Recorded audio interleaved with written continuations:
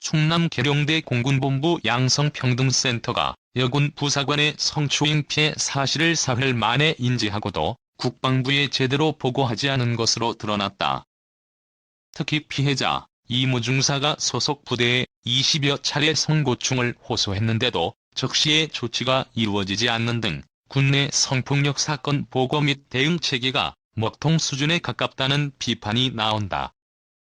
이에 따라 국방부 감사관실은 공군본부 양성평등센터와 제20 전투비행단, 제15 특수임무비행단 등 3개 부대에 대해 7일 감사에 착수할 것이라고 군 소식통이 밝혔다.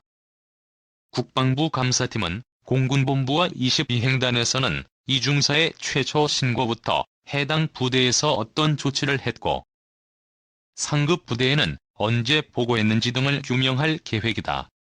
아울러 15비행단에서는 피해자에게 가해진 2차 피해 여부에 대해 집중적으로 조사할 것으로 알려졌다. 선은 지난달 18일 15비행단으로 부대를 옮긴 뒤 사흘 만에 극단적 선택을 했다.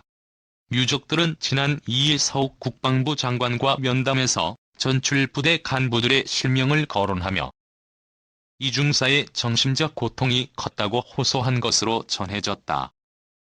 군 당국에 따르면 공군본부 양성평등센터는 극단적인 선택을 한 이 중사가 장모 중사로부터 성추행 피해를 본 지 사흘 만인 3월 5일 관련 내용을 인지했다. 그런데도 센터는 국방부에 즉시 보고하지 않았다. 군 관계자는 센터 측은 성범죄 사실을 수시 또는 즉시 보고할 경우 인적 사항을 명기해야 하는데 최소한 인적 사항이 드러나지 않도록 하는 것을 업무 목표로 하다 보니 즉각적인 보고를 하지 않은 것으로 보인다고 말했다. 이후 센터는 성추행 피해 한 달이 지난 4월 6일 국방부 양성평등정책과에 피해 신고를 접수한 것으로 파악됐다.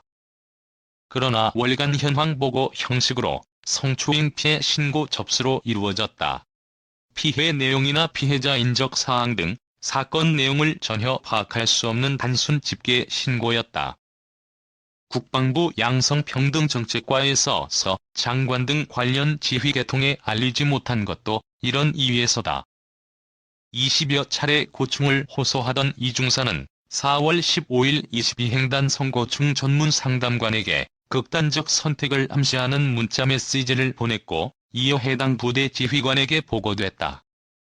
현행 국방부의 국방양성평등 지원에 관한 훈령을 보면 성폭력 신고 상담 접수 시 그 사실을 국방부 장관이 지정하는 양식에 따라 양성평등 업무 개선으로 개요 보고해야 한다. 만약 영관급 이상 및 군 수사기관 연루, 언론보도 예상 등 사회 이슈화 가능 사건 등 중대 사고의 경우에는 개요 보고 후 세부 내용을 보고해야 한다. 이 중사가 최초 신고를 했을 때 해당 부대에서 이런 훈령만 제대로 지켜졌다면 극단적 선택을 막을 수도 있었다는 지적이 나온다.